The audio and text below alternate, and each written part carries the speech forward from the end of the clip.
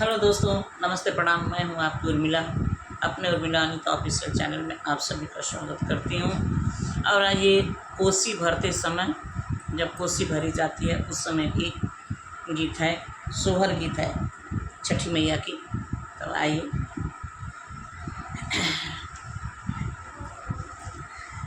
चंदन चौका पुराइब, कोसिया भराइब, कोसिया भराइब हो। छठी मैया त जोड़ी करीला पूजनिया, हमारे घरे आई जइया हो। छठी मैया हाथ जोड़ी करीला पूजनिया, हमारे घरे आई जइया हो। जोड़े जोड़े फलवा मंगाई, बसुपवा सजाई, बसुपवा सजाई बहो। छठी मैया गंगा जल से कोसिया भराइब, हमारे घरे आई जइया हो। छठी मैया गंगा जल से कोसिया भराइब, हमारे घरे आई जइया हो।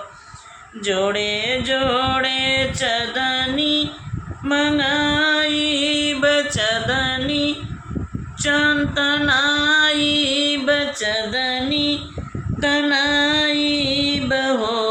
छठी मैया घियाना के दियाना जलाइब, हमारे घरे आई जइया हो।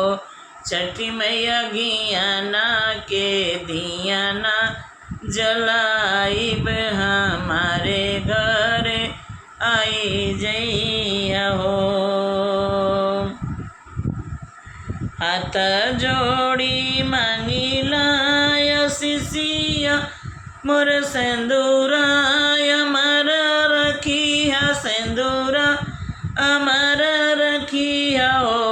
छठी मैया गोदिया में दिया ललनवा, भजन हम गाइब, भजन खूब गवाइब हो। छठी मैया गोदिया में दिया ललनवा, भजन गवाइब, भजन हम गाइब हो। चंदन का चौका पुराई, लकोसिया भराई, लकोसिया भराई लहो।